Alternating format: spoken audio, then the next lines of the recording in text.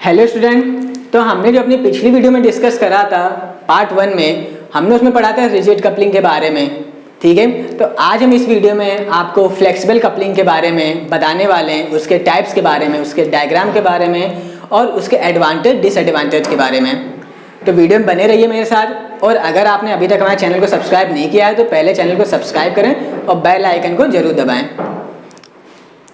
तो चलिए हम सबसे पहले फ्लेक्सिबल कपलिंग का पहला पार्ट देख लेते हैं, बुश पिन कपलिंग का। तो यहाँ पे मैंने एक पिन का डायग्राम बना के रखा हुआ है जो कि थ्रेड है। तो पहले हम जान लेते हैं कि बुश पिन कपलिंग होता क्या है और इसका यूज हम क्यों करते हैं।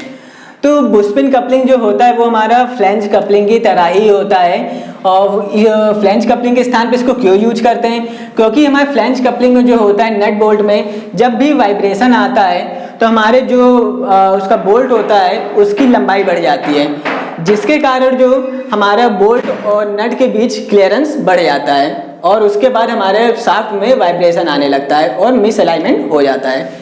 तो इस वजह से हम बुश पिन कपलिंग का यूज करते हैं, क्योंकि हम इसमें फ्लैंज के साथ जो हमारा नट होता है उसमें ब्रास ट्यूब और रबर बुश का इस्तेमाल करते हैं। जैसा कि हमने यहाँ पे डायग्राम में आपको दिखा रखा है कि हमारा एक बोल्ट है जिसको पर हमारा रेड कलर से बना हुआ है, रबर ट्यूब लगा हुआ है। और यहाँ पे ये जो हमारा है ये हमारा ब्रास ट्यूब लगा हुआ है, पीतल की हमारी ट्यूब एक लगी रहती है यहाँ पे। तो इस वजह से जो हमारा शॉक होता है, जो वाइब्रेशन आता है, ये इसको एब्जॉर्ब कर लेता है। ठीक है, तो अब हम बात कर लेते हैं इसके जो यहाँ पे हमारा हो जाएगा रबर बुश हो जाएगा। यहाँ पे रबर बुश का इस्तेमाल करते हैं यहाँ पे और ब्रास ट्यूब का। ठीक है, तब हम बात कर लेते हैं इसके एडवांटेज और डिसएडवांटेज के बारे में।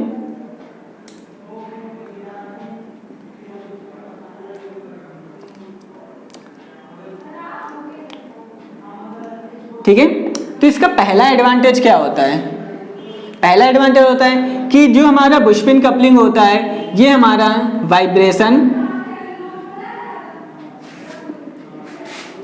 वाइब्रेशन और शॉक से बचाता है। किसको? हमारे शाफ्ट के मोशन को।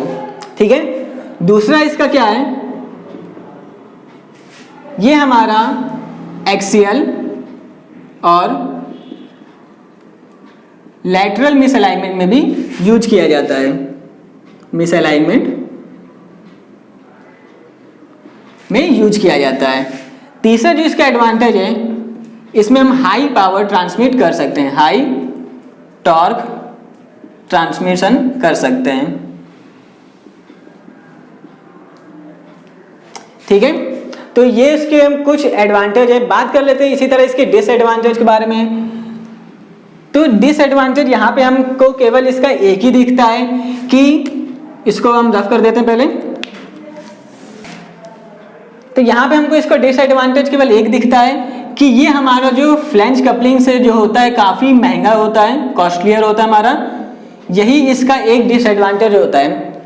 ठीक है, तो ये था इसका फ्लेक्सिबल कपलिंग का फर्स्ट टाइप। अब इसके सेकेंड टाइप के बारे में बात कर लेते हैं। तो इसको रफ कर देते हैं। तो इसके हम बात कर लेते हैं दूसरे टाइप के बारे में, हुक कपलिंग। तो हुक कपलिंग को हम दो अदर नामों से भी जानते हैं, यूनिवर्सल कपलिंग। नेक्स्ट जो होता है इसको हम कहते हैं यू ज्वाइंट या यू कपलिंग। नेक्स्ट इसको हम कहते हैं कार्डनर कपलिंग। तो ये कुछ नाम होते हैं हुक कपलिंग के। तो हुक कपलिंग को इन्वेंट हमारा मैथमेटिशियन, फिजिक्स, इंग्लिश के स्पेशलिस्ट रॉबर्ट हुक ने इन्वेंट किया था। रॉबर्ट हुक ने इसको इन्वेंट किया था। ठीक है, बात कर लेते हैं हुक ज्वाइंट होता क्या है। तो हुक ज्वाइंट जो हमारा होता है ये नकल ज्वाइंट के जो फोर्क होते हैं उसकी तरह होता है। इसमें हम दो फोर्क्स का यूज करते हैं, जैसा कि डायग्राम आप मेरे बगल में देख सकते हैं। तो इस तरह से जो फोर्क हमारे होते हैं तो उनके बीच में हम एक क्रॉस का यूज करते हैं, जिससे कि हमारा फोर्क ज्वाइंट होता है। कुछ इस तरह का हमारा क्रॉस होता है जिससे कि हमारे फोर्क कनेक्ट होते हैं और वो कोई भी जो शाफ्ट होती हैं इंक्लाइंड एक्सिस पे होती हैं, तो वहाँ पे हम यहाँ पे हुक जॉइंट का यूज करते हैं।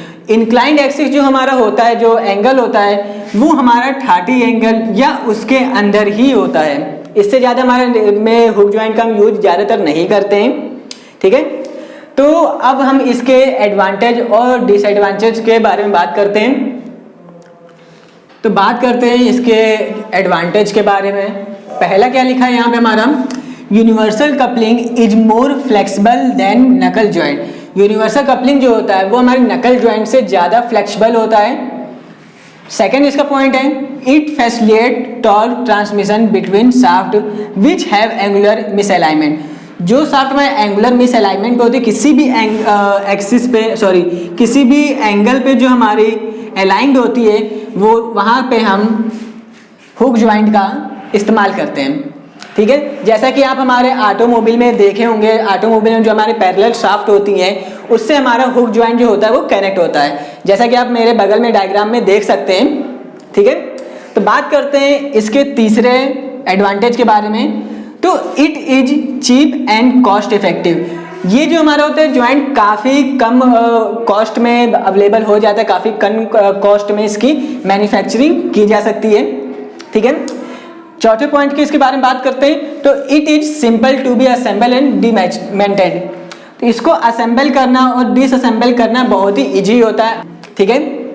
तो अब इसके कुछ डिसएडवांटेज के बारे में हम बात कर लेते हैं। तो इसको पहले हम रफ कर देते हैं। तो बात करते हैं इसके डिसएडवांटेज के बारे में।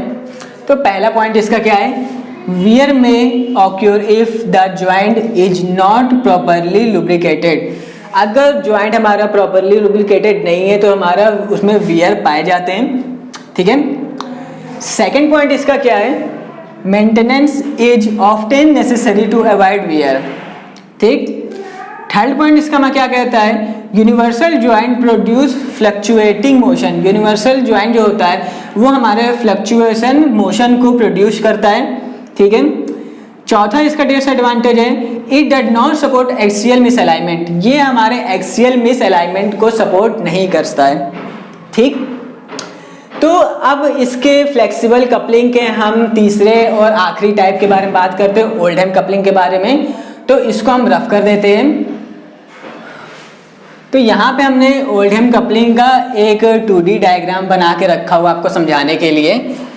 तो यहाँ पे हमारी दो पैरेलल शाफ्ट हैं जो हमारे लैटरल मिस अलाइनमेंट पोजीशन पर हैं। मान लेते हैं ये हमारी कोई शाफ्ट ए है, ये शाफ्ट ए, ठीक है। और ये शाफ्ट मान लेते हैं हम बी, ठीक है। अब हमारे इसमें आपको जैसा दिख रहा होगा, मैं दो फ्लैंजेस ऐड हैं। एक तो हमारा ये फ्लैंज है और एक हमारा ये फ्लैंज। तो एक ये फ्लैंज और एक ये फ्लैंज, ठीक है। तो ये दोनों हमारे फ्लैंजेस ऐड हैं यहाँ पे। जो बीच में लगी है इसको हम कहते हैं सेंटर डिस्क, सेंटर्ड डिस्क, ठीक है। अब इसमें जो हमारे दो फ्लैंजेस लगे होते हैं शाफ्ट के ऊपर, वो हमारे की से कनेक्टेड होते हैं। यहाँ पे हमारे दोनों साइड हमारी दो कीस लगी होती हैं, ठीक है।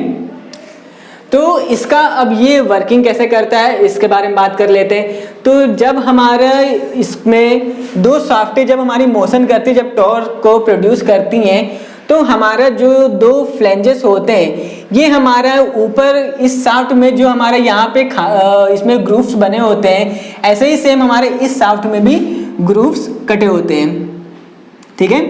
तो यहाँ पे हमारा जब ये शाफ्ट हमारा टॉर्क प्रोड्यूस करता है तो जो हमारा इसमें जो सेंटर डिस्क यहाँ पर है ये हमारा ऊपर नीचे स्लाइड करती है और इसके ग्रूव में फिट होती है। तो जिससे कि हमारा जो इसका लैटरल मोशन होता है, लैटरल मिसअलाइनमेंट होता है, वो हमारा आसानी से प्रोड्यूस हो जाता है इसमें। तो इसके कुछ पॉइंट्स हैं जो हम जान लेते हैं। Axis of shaft are not aligned. तो जो शाफ्ट की एक्सिस होती है वो आपस में अलाइन नहीं होती है, ठीक है। सेकेंड पॉइंट अगर हम इसका देखें तो axis of shaft are parallel to other. हम ओल्ड हेम कपलिंग का इस्तेमाल तभी करते हैं जब दोनों शाफ्ट हमारे पैरेलल एक्सिस पर हों, यानी हमारी शाफ्ट की एक्सिस आपस में पैरेलल ही होनी चाहिए। ये हमारे लैटरल मिस अलाइनमेंट पे यूज या एक्सिस मिस अलाइनमेंट पे यूज इसका हम नहीं कर सकते हैं, ठीक है। थर्ड पॉइंट इसका हम देख लेते हैं। इट कंसिस्ट टू फ्लेंजेस, जो हमारी फर्स्ट फ्लेंज और टू फ्लेंजेस की फर्स्ट की एंड सेकंड की to their respective shaft A and shaft B, ठीक है। तो अब हम बात करते हैं इसकी एप्लीकेशन के बारे में। तो एप्लीकेशन इसका हम कहाँ पे इस्तेमाल करते हैं, तो ओल्ड हेम कपलिंग का यूज हम रेसिप्रोकेटिंग कंप्रेसर में करते हैं, ठीक है। तो यहाँ पे हमारा एग्जाम में इसका एक क्वेश्चन आता है कि ओल्ड हेम कपलिंग किस प्रकार का लिंक बनाता है। तो ओल्ड हेम कपलिंग हमारा double slider crank mechanism link बनाता है, ठीक है। तो ऐसे ही कुछ क्वेश्चन जो हमने यहाँ पे टाइप्स बता के रखते हैं उससे रिलेटेड और हमारे डायग्राम से रिलेटेड, और जैसा कि अभी हमने आपको यहाँ पे एक क्वेश्चन बताया, तो इसी टाइप के क्वेश्चन आपके एग्जाम्स में पूछे जाते हैं। तो आई होप आपको ये वीडियो समझ आई हो। तो ऐसे ही लेटेस्ट अपडेट के लिए हमारे चैनल में बने रहें। Thank you.